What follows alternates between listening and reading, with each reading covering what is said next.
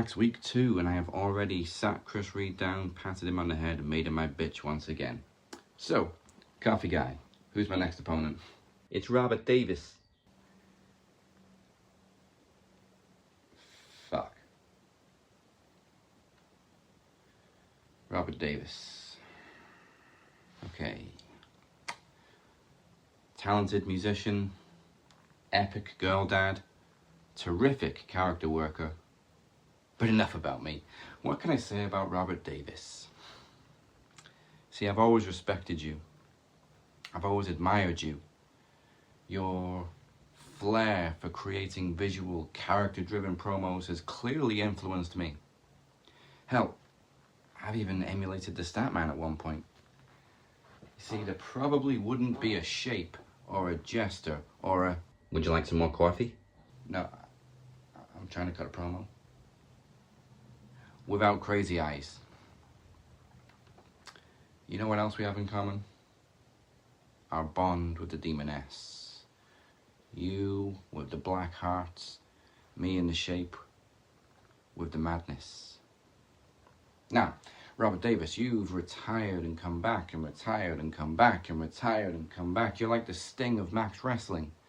But now you're CWO, a rival faction. Now, fortunately, the CWO and Dragon Club haven't exactly crossed paths yet, well, except for Teddy P schooling all three of us in the knowledge game, but that's a different story. The first bout between our two factions in promos had to be between me and you. Well, ain't that just my luck? How the hell do I fight a living, breathing Terminator? You, Robert Davis, you have stared death in the face and given it the finger, so the only way I can think of to compete with Robert Davis is to be Robert Davis. Now, unfortunately, I don't know how to play the guitar and I can't grow a beard as beautiful as yours. But I do have a pair of glasses. He's the Statman 2.0. So I have been working on a formula today as to why I am not only going to defeat my opponent this week, Robert Davis, but also win the promo climax. I am your Statman 2.0.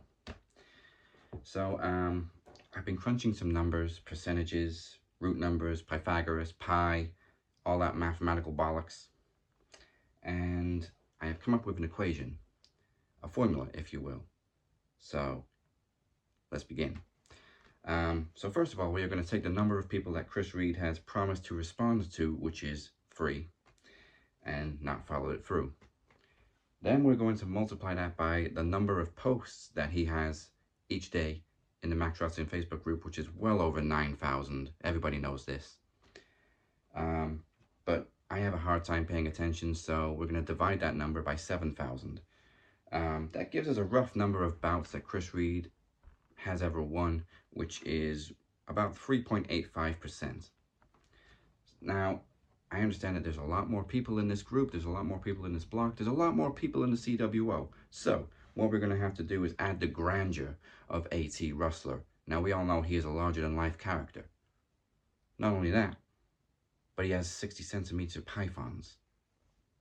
So that gives us a number of 2.012%, or 2012, if you will. Now, finally, we're going to subtract that number by the bluntness of Blade Rodriguez, which brings us to 0.69%.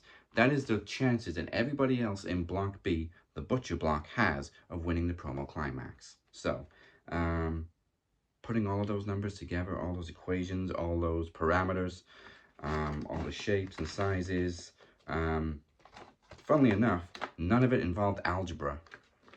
Waste of fucking time that was. But it does bring us to a final conclusion as to why I am going to win this match and promo climax, and the very simple answer is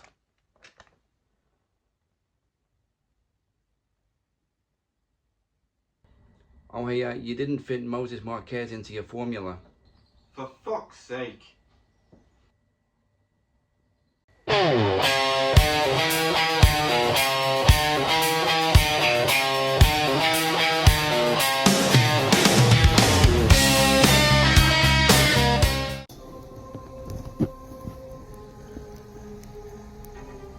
Not who you were really expecting to see. It's been a while. In case you don't know who I am. Definitely not the stat man. But they call me the shooter. It's been a while since you've seen me. But unfortunately, the stat man had a bit of an accident. And he was left a little incapacitated. He went to go see a man about a thing outside of the VFW hall in Reseda, and he was jumped by 13 luchadors. Quite unfortunate, and I know he didn't want to miss this match, so he called in a favor. I happily obliged. Getting into the CWO office was very daunting, if you will. But nonetheless, I got in. So he wanted me to do his promo for him. Here we are.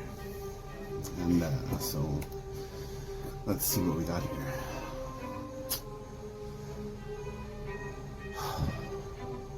Well, this is trash. Statman, I don't know what you're thinking here, bud, but I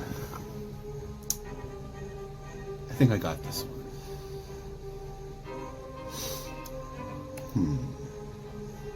Yeah. Definitely trash, bud. Don't worry, I got this. Captain Daz, you self-righteous piece of shit, how are you? I know it's been a long time, and I said my name about 45 seconds ago, but I'm going to do it again, because I know your little pea brain can't comprehend much of anything these days. But I'm the shooter. I know there's been a fake shooter rolling around here lately, and that's okay, because he acknowledges me, and I will give him that acknowledgement back.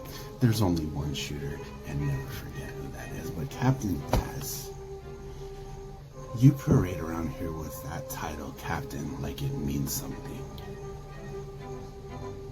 But what are you really leading, Captain? Nothing but a ship that's sinking, and you're even too afraid to admit it. Now, you're probably going to go into some tirade about how I took my ball and went home and left Max Wrestling, but the truth of the matter is, you guys are just terrible fucking people. Every single last one of you. You don't deserve anything that you have. You don't deserve anything you're going to get, but you really do deserve this. You want to talk about being a leader? Leaders stand in the fire. Leaders confront the storm. You avoid conflict like a child hiding under its bed in a thunderstorm. Your courage doesn't come within. Your courage is sitting, you know what? I'm not going to say that because I don't want you to do something you probably regret. You probably regret showing up to this bout. I know I would. But that's okay. You really need to find your balls, Dazzarella. It's a really important part of being a leader is that you have some balls, because right now you have absolutely none.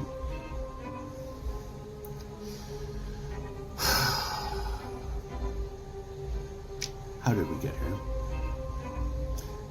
I almost hate that we're here. Not as much as I hate you.